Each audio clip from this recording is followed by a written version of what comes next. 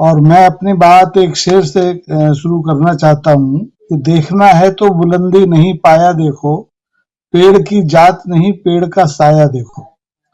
तो ये पेड़ जो कांग्रेस का है, अभी प्रकाश जी ने कहा कि भारत की स्वतंत्रता की जो लड़ाई थी उस जमाने का लगाया हुआ पेड़ है। बीच में लगी, तने में लगी, जड़ों में लगी, शाखाओं में लगी, तो कमजोर हो गई, बेपटरी हो गई थी। लेकिन ये पहला मौका है पिछले 75 साल में कांग्रेस में कि कांग्रेस गांधी के बताए रास्ते पर जनता के बीच पहुंची है। और ये काम बहुत छोटा काम नहीं है, ये बहुत बड़ा काम है। पिछले 75 साल में आप देखेंगे कि जनता के बीच जाकर राजनीति करना लोगों ने छोड़ ही दिया था, कांग्रेस ने भी छोड़ दिया था। लेकिन कांग्रेस को अब शायद अकलदाड़ आ गई पिछले 8 साल में जो फजीयत उसकी हुई, और उसने सीधे जनता की ओर रुख किया। संगठन कैसे चलेगा, क्या चलेगा, ये अलग मुद्दा हो गया। और आप देखेंगे कि जिस कांग्रेस ने इस देश की राजनीति में तदर्थवाद को जन्म दिया था कि चलिए हाईकमान ने दिया, पार्टी बन गई, जिला अध्यक्ष बन गए, प्रदेश अध्यक्ष बन गए, राष्ट्रीय अध्यक्ष बन गए, वहां अब राष्ट्रीय अध्यक्ष का चुनाव हो रहा है। ये तदर्थवाद यहाँ से शिफ्ट होकर सत्तारूढ़ दल के पास है। वहां उनके अध्यक्ष का कार्यकाल, जैसे शकील भाई ने कहा, कब बढ़ गया, कैसे बढ़ गया, क्यों बढ़ गया, किसी को नहीं मालूम। तो जो कांग्रेस की बुराइयां थी, कांग्रेस ने जो गलतियां की, वो सब की सब अब शिफ्ट हो गई हैं और कांग्रेस बेपटरी से होकर फिर से पटरी पर आ रही है। आप देखेंगे कि कांग्रेस का जो नेतृत्व है, आप सत्तारूढ़ दल चुनौती उसी को मानता है। भले वो बार बार कहता है कांग्रेस कहीं नहीं है, कहीं नहीं है, लेकिन कांग्रेस के राहुल गांधी को ही निशाने पर रखता है। और वो राहुल गांधी आज जनता के बीच में किसी से भी मिलने के लिए उपलब्ध है, चाहे वो खीरा पैदा करने वाले किसान महिला हो, चाहे स्कूल में खेलने वाला बच्चा हो, चाहे कोई भी हो।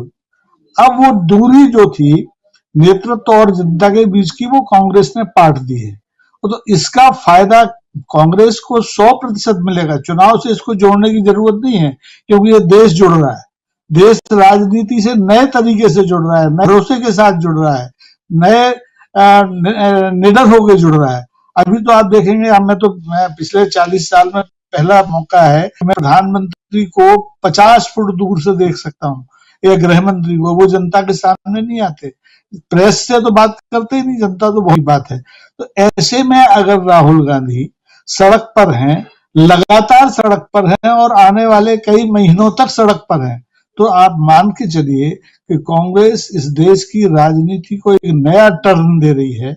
और इस मोड़ से हर पार्टी को, जितनी भी पार्टी, चाहे सत्ता में हो चाहे विपक्ष में हो, हर पार्टी को इस मोड़ से गुजरना पड़ेगा, इस चुनौती का सामना करना पड़ेगा। और ये चुनौती छोटी मोटी चुनौती नहीं है, ये चुनाव में भी आप देखेंगे और मैदान में जब राजनीतिक बातें होंगी, मुद्दे उछाले जाएंगे, तब भी आप देखेंगे। तो मुझे लगता है कि अब कांग्रेस पटरी पर आ रही है।